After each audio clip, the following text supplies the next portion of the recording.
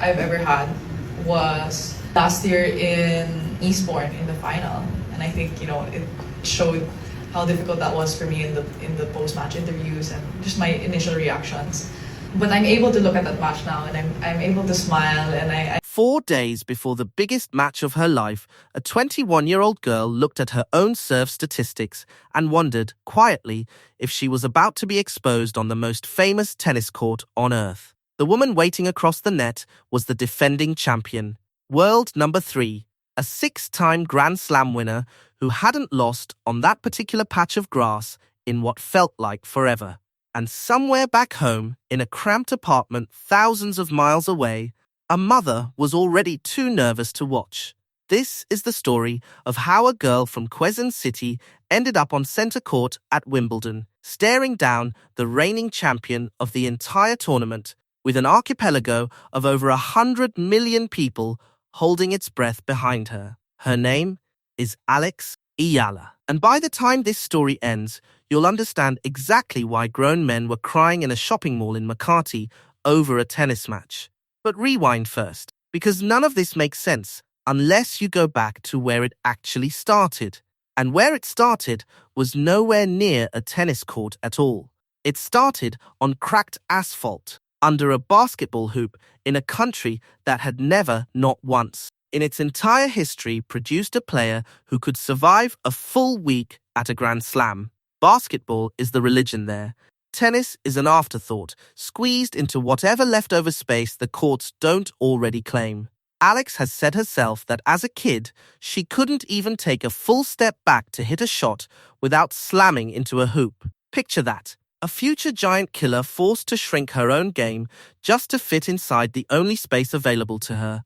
There were no manicured lawns, no academies on every corner, no path that another Filipino player had already walked, because that path simply didn't exist yet. So at 13 years old, an age when most kids are worrying about homework and phones, Alex packed up and left. She left her home, her language, her family dinners, and moved across the world to Spain to chase something almost nobody believed a Filipino tennis player could reach. Sit with that for a second. 13. Alone in a foreign country, training against kids who had grown up with everything she never had. No mother in the stands after a bad practice session. No familiar language echoing through the hallways. Just a suitcase and a belief that the only way to find out how good she could become was to leave everything comfortable behind. And here's the part that makes it heavier.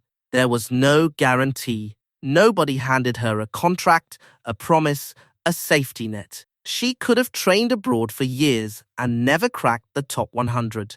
Never played a single Grand Slam main draw match. The sacrifice could have simply been a sacrifice unrewarded, unremarked upon. One more talented kid who tried and didn't quite make it. That is the version of this story that almost happened. Now fast forward through years of grinding on tour, years of near misses, years of almost nobody outside the sport knowing her name. Then, June of 2026 arrives and Eala walks into Wimbledon seeded 29th, the first Filipino player in history to even be seeded at a Grand Slam.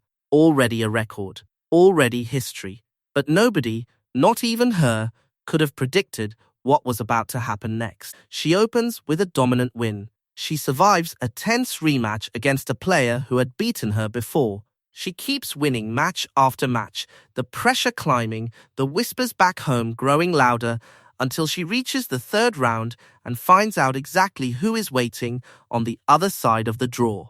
Iga Świątek, the defending Wimbledon champion, world number 3. A 6-time Grand Slam winner who had broken far more experienced opponents than a 21-year-old ranked 32 in the world. And this wasn't some random collision out of nowhere. This grass court stretch had been building towards something for weeks. In the run-up to Wimbledon, Alex had won her first ever grass court title, then followed it with a run to the semi-finals of another tournament, stacking wins over players ranked far above her, quietly compiling one of the best grass seasons of anyone on tour without most casual fans even noticing.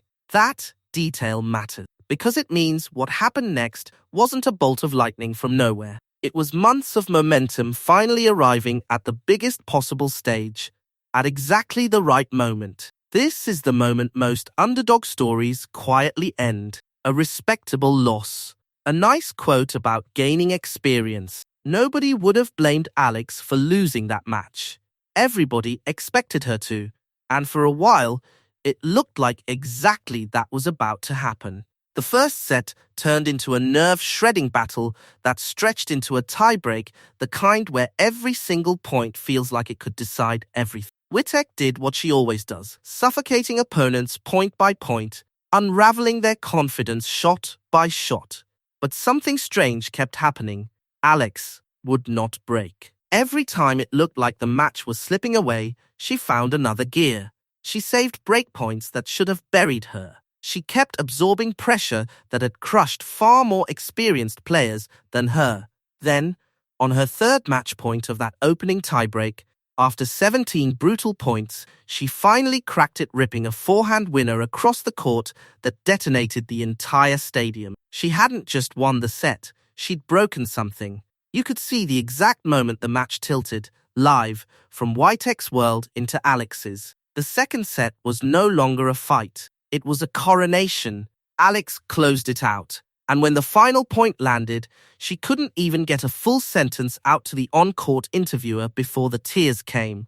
Not composed, camera-ready tears, real ones. The kind that happen when a person suddenly understands, in front of millions of people, that the impossible thing she'd been chasing had just become real. Somewhere on the other side of the planet, in living rooms and internet cafes and packed viewing parties across the Philippines, an entire country exploded at the exact same second. Think about what she had just done. She had beaten the defending champion on the biggest stage in tennis, as the first Filipino player ever to get that deep into the tournament. Overnight, Eala went from a promising young player people were quietly rooting for to a name trending in a dozen countries at once to the single biggest story in Philippine sports. But here is where the story could have simply ended in triumph, and instead, it twisted again. 4 days later, in the round of 16, a new opponent was waiting.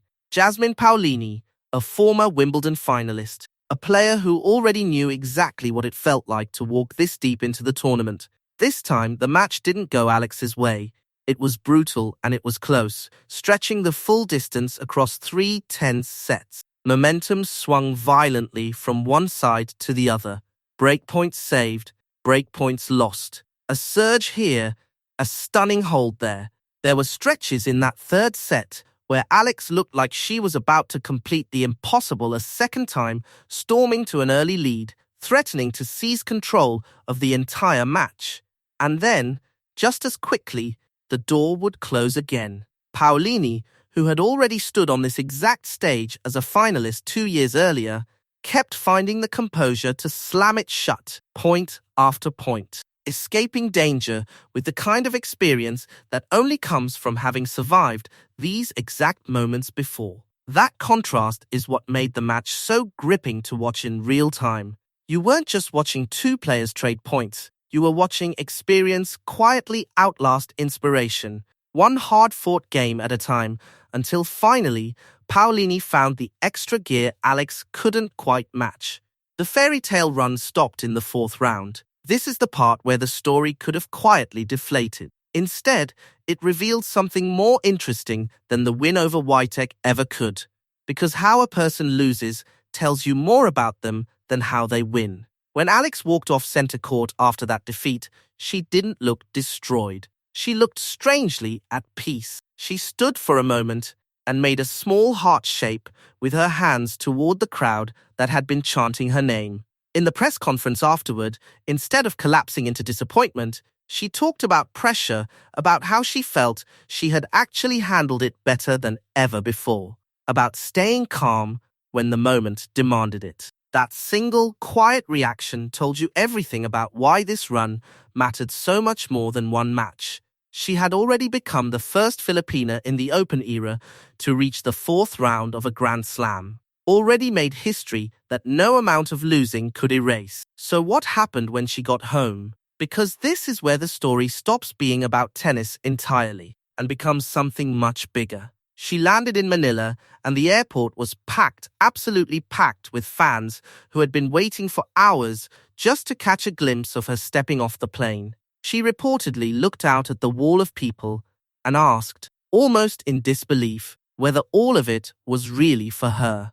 Understand what that reaction means. This is a young woman who had just beaten a defending Wimbledon champion in front of the entire tennis world, and she still couldn't quite process that her own country loved her this much. From the airport, the celebration only grew. Sponsors lined up a string of homecoming events, meet and greets, stacking one after another, each drawing bigger crowds than the last, building toward a massive public fan event at the Greenbelt Activity Center in the middle of Makati. The kind of event normally reserved for A-list celebrities, not tennis players from a country that has historically had almost no tennis culture at all. Think about the layers stacked underneath that single moment. A girl who once had to shrink her swing to avoid hitting a basketball hoop was now standing in front of a mall packed wall to wall with people who had shown up specifically for her. A country obsessed with basketball had rearranged its entire attention around a tennis match. It wasn't only happening inside the Philippines either. Overseas Filipino workers, students abroad, entire families scattered across different time zones had been staying up through impossible hours just to watch the matches live, refreshing scores on their phones during work breaks, crowding around shared screens thousands of miles from Manila. For 2 weeks, a tennis match in London became the one thing that could pull an entire scattered diaspora back into the same emotional moment. At the same time, no matter where in the world they happen to be sitting. But here is the part that should genuinely unsettle you if you're paying attention. Because the celebration is temporary and the challenge ahead is not.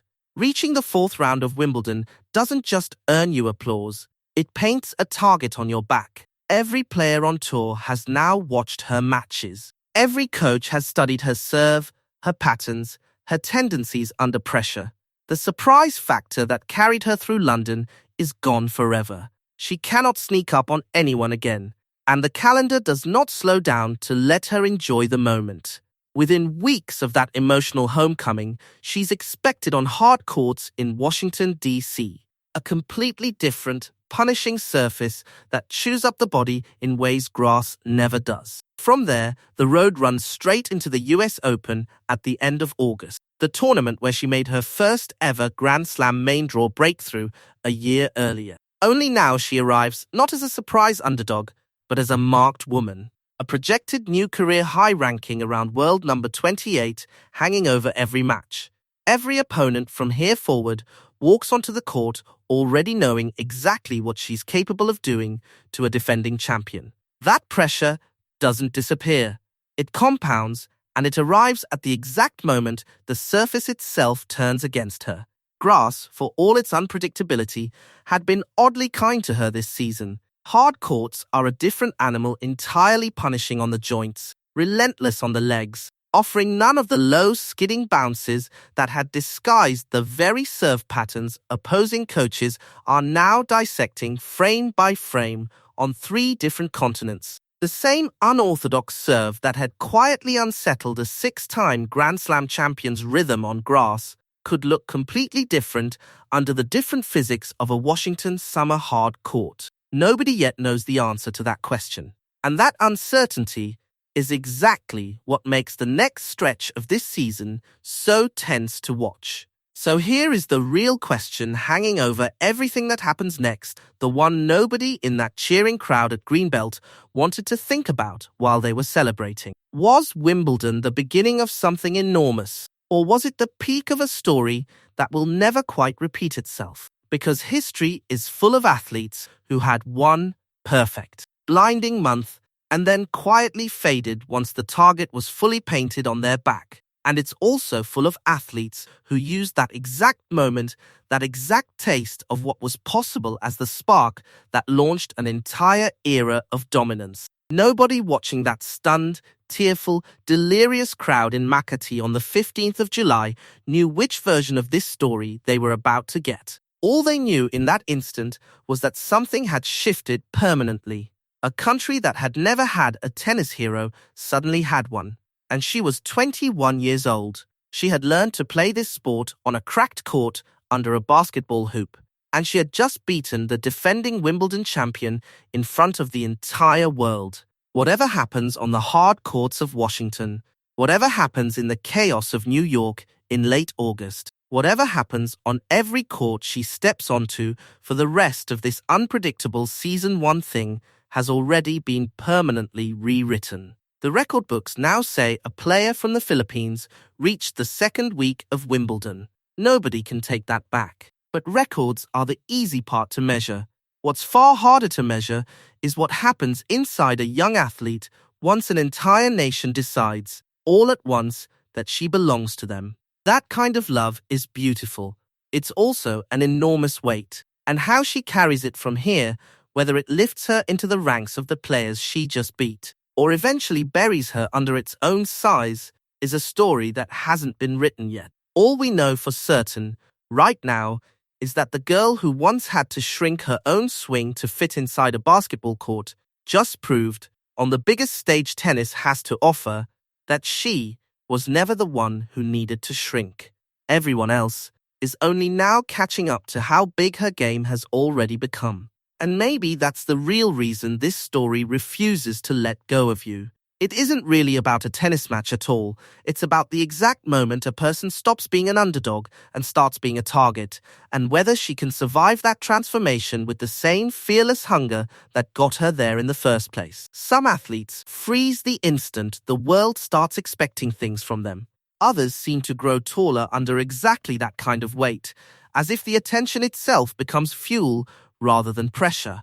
Nobody, not the analysts, not the fans crowding that mall in Makati, not even Alex herself, standing in front of that overwhelming welcome home crowd, knows yet which of those two paths this becomes. That uncertainty is precisely what should keep you watching every tournament from here forward. Because somewhere between Washington and New York, this story is going to answer itself, one match at a time. We'll be here for it. And if this opening chapter is any indication of what comes next, the rest of this season might be even harder to look away from than the one that just ended.